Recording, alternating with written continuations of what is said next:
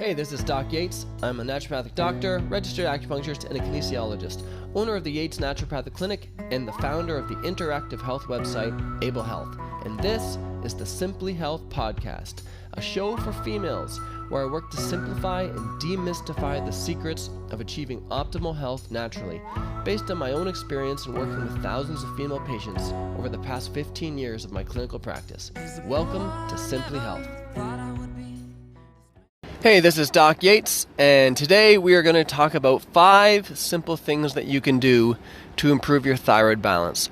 Now, thyroid problems are something that I have found to be very commonly problematic in the majority of my patients, which are perimenopausal and menopausal females. So I want to take a little bit of time and address what are the 5 simple things that you can do to achieve thyroid balance. Now, typically, one of the things that I've found with patients when working with their medical doctor is that they go in and they have all these classic textbook thyroid symptoms, and you could just check them off one at a time off the list. So the doctor then runs just the TSH test, and it comes back within the normal range.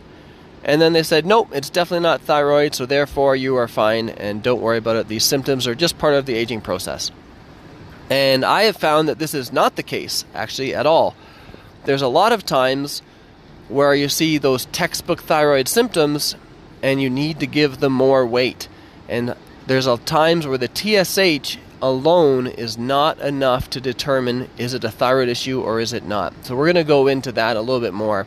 And I've learned this, I've spent a lot of time reviewing patients' lab tests and checking things more in depth. So checking TSH, free T3, free T4, thyroid antibodies, and comparing this with the symptoms. And I find when you do things, go a little bit more in depth with the testing, you will often find that how things will line up with matching these symptoms, all these common symptoms of low thyroid.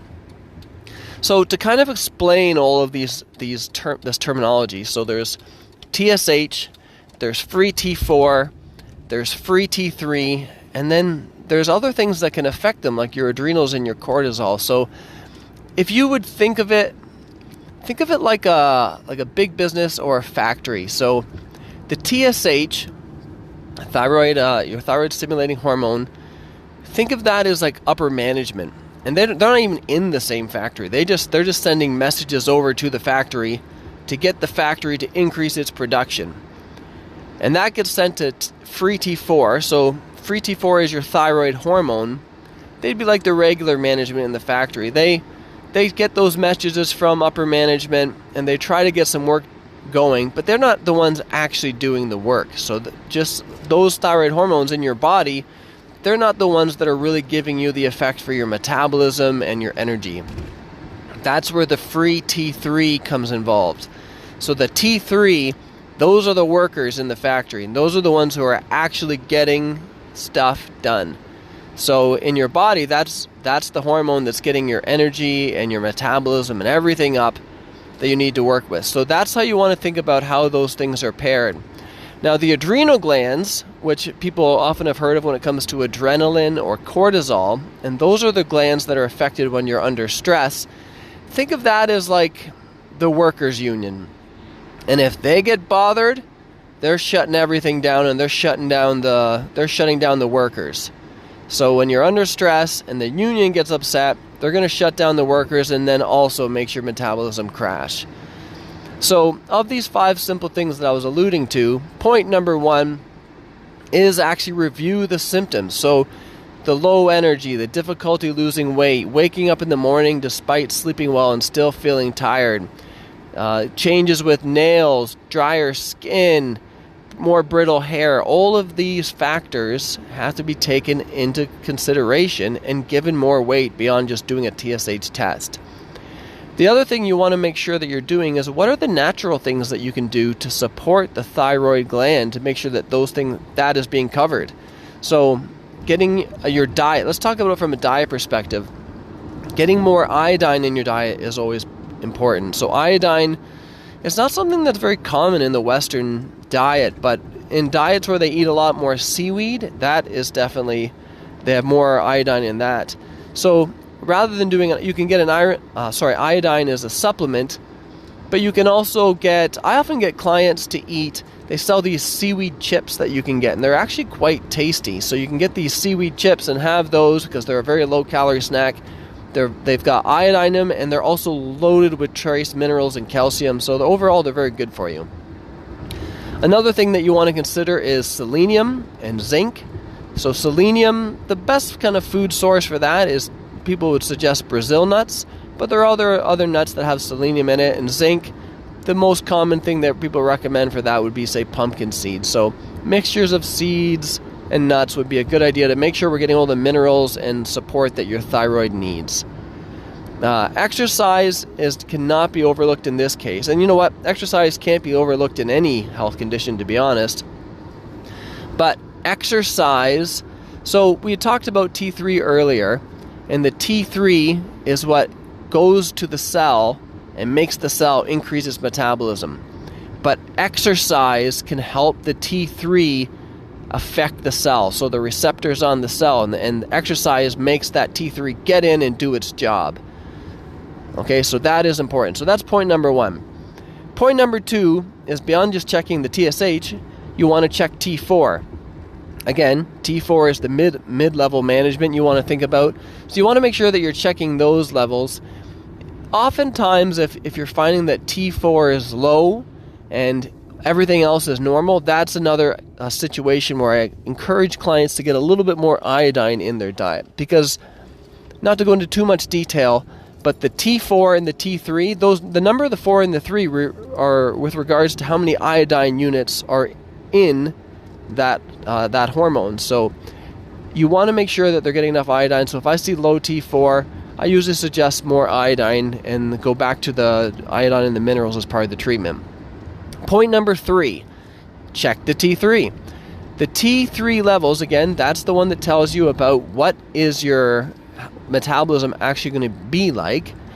And it also tells you, based on those levels, you can compare T3 and T4 and see how much of this T4 is actually being converted into the active T3. So it does tell you a little bit more, not just about metabolism, but the conversion factor that's taking place.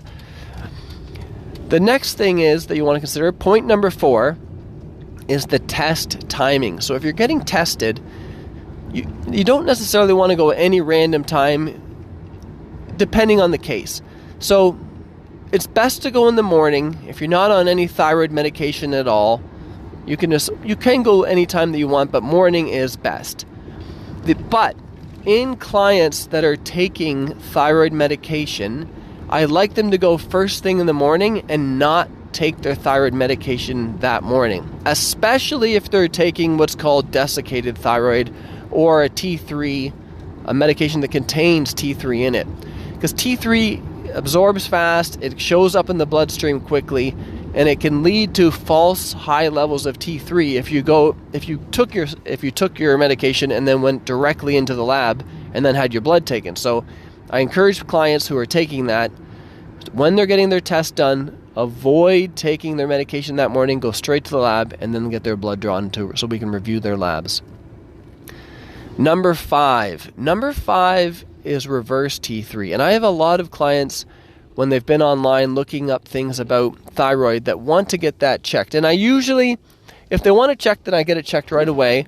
But generally speaking, because of it's fairly expensive to test, and it's very rare that I find that it comes up as problematic. But if I'm dealing with a thyroid case and we're correcting everything and they're not seeing the results that we're looking for, that is a good time to consider testing reverse T3. So looking into that a little bit deeper. And so think of, here, I'll add to the analogy for the factory. Think of reverse T3 when the union steps in and it tells the T3 workers, okay, now you're not working. The reverse T3, think of those workers, they're now on strike. So not only are they not working, they're blocking everyone else from working. So it's even worse than if they weren't even there. They're just shutting everything down. So that is how you want to think of reverse T3.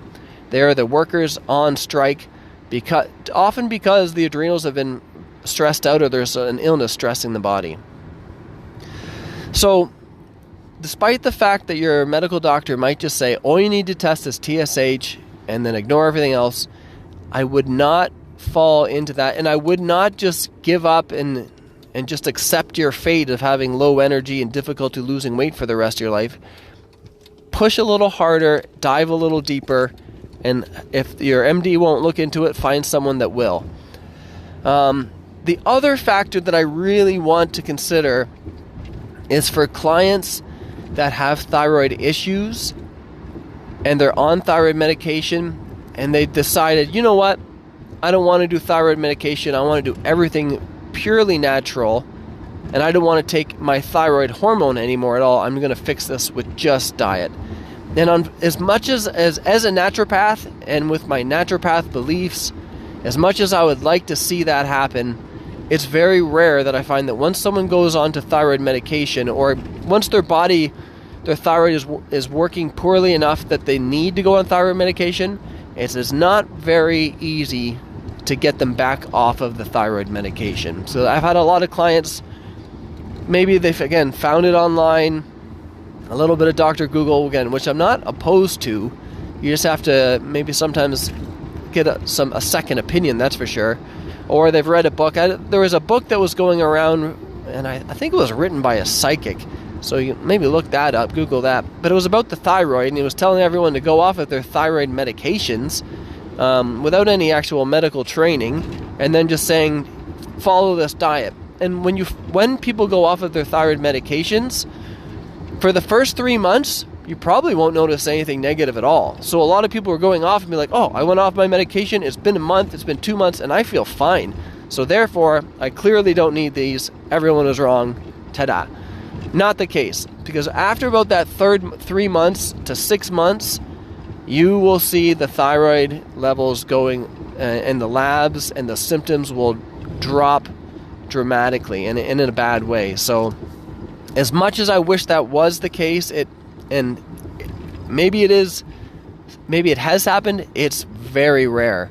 So once you're on thyroid medication, still do the diet, still do the exercise. It will usually mean that you'll need less medication, but make sure you're working with someone that can help you balance, whether you're doing desiccated thyroid, whether you're doing synthetic T4, which is like the Altroxin or the Synthroid that you're used to, or combining it with T3. Find someone who's well-versed in that and who can help you with that. So if you have any questions, you can let me know, and I hope you enjoyed this lesson. Thank you.